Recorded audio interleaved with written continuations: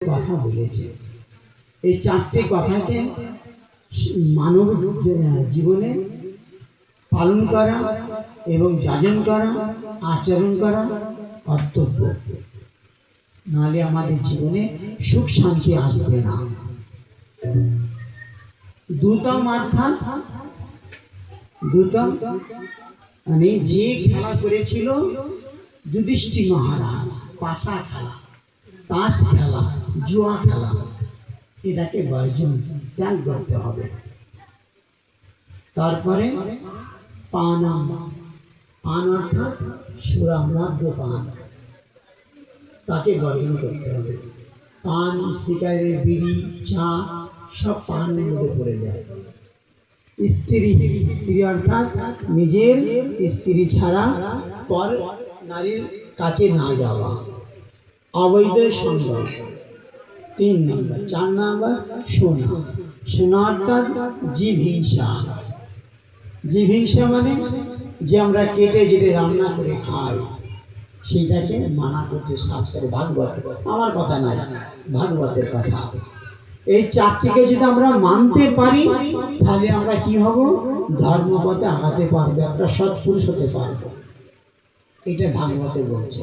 হিংসা, হিংসা তো করা যাবে না, পুরো বর্জনীয়। এই চারটিকে যদি আমরা আচরণ করবো জীবনে, তাহলে আমরা কি এই মনুষ্য, দুর্লভ মনুষ্য জন্ম পাইয়া না ভজিয়া রাধা কৃষ্ণ, যদি আমরা এই সুদুর্লভ জন্ম পাওয়ার পরে যদি রাধা কৃষ্ণকে না ভজনা করি, তা আমাদের জন্মটা বৃথা, বৃথা জন্ম। জন্ম সফল যার, ভাগ্য হয়ে আছে যার, কৃষ্ণ দর্শন যার। জন্ম সফল যার, এই জন্মটাকে সফল করতে বলছে কার? যার ভাগ্য হয়ে আছে একবার। সবার ভাগ্য হয়ে কি? বড় হসপিটাল বানানো, বড় বড় বিজনেস ব্যবসা করা না, ওটা ভাগ্য না। ওখানে তো ঋষভদেব মহারাজ বললেন, কিন্তু এই বিষয় হোক তো কুকুর শুকর করে থাকে, কিন্তু মানব করে না। এসব মানুষের এই শরীরটা পেয়েছে কেন? আহম আমিষা কি মতার ঈশা বানা, ভাগবতে বলছে, দেবতারা গান করছে, আহম আমিষা, তোমরা কি সুন্দর শরীর পেয়েছ এই ভূলোকেতে, ভারতবর্ষেতে, এই ভারত ভূমিতে কি সুন্দর শরীর পেয়েছ। কি জানে? শুধু ভগবানকে পাওয়ার জন্য, ভোগ করার জন্য নয়, বিষ্ঠা খাওয়ার জন্য নয়, শুধু কেবল ভগবানকে পাওয়ার জন্য। যে নাম হচ্ছে এমনই শক্তিশালী, নাম করতে হবে আমাদেরকে। নাম না করলে ওই কৃষ্ণ দর্শন হবে না। এই জগতের সবকিছু দর্শন হবে, কিন্তু কৃষ্ণ দর্শন হবে না। আর ভাগ্য হয়ে আছে একবার, ভাগ্য হবে না।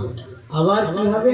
পুনরপি জানানাম পুনরপি মাননাম পুনরপি জাননে জঠরে শয়নম, বারবার মরব, বারবার জন্ম নেব, বারবার মাতৃ গর্ভেতে আসবো, বারবার নরকে যাব। এটাই আমাদের জীবনের একমাত্র আধার হয়ে সার্কেলের মতন আমরা ভ্রমণ করে বেড়াবো, ঘুরবো কেবলমাত্র। এই জন্যে জীবনটাকে সফল করতে বলছে ঋষভদেব মহারাজ তাদের পুত্রকে, ভোগবৃত্তি করো না। সেই যখন এই অজামিলের বয়স যখন হয়ে গেল, বার্ধক্য এসে গেল, মৃত্যুর মুখে গমন হয়ে গেল, মৃত্যু এসে গেছে, মৃত্যু এসে দাঁড়িয়ে আছে, মৃত্যু তাকে তাই প্রাণকে হরণ করছে, প্রাণকে হরণ করছে। তখন তার সেই ঋষিদের কথাতে তার শেষ পুত্রটা নাম রেখেছে নারায়ণ।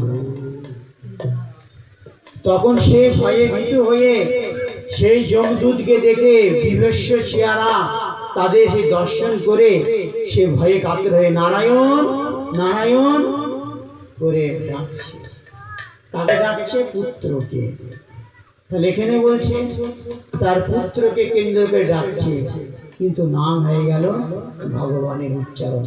নাম ভাষা, নামা ভাষা, নামা ভাষাকেও তাকে মুক্তি প্রদান করতে পারে।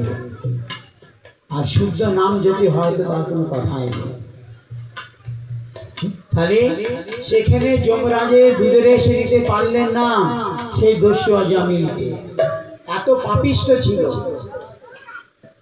বিষ্ণুদূত তৎক্ষণাৎ যখন উপস্থিত হয়ে গেল, তৎক্ষণাৎ উপস্থিত হলো বিষ্ণুদূত, দাঁড়াও, তোমরা কেন একে নিয়ে যাচ্ছ? তখন সেই জমির দুধের কাজে বাধা দিতে দেখেই সেই জমির দুধেরা বলছে, তোমরা কারা আমাদের কাজে বাধা দিচ্ছ? আমাদের প্রভু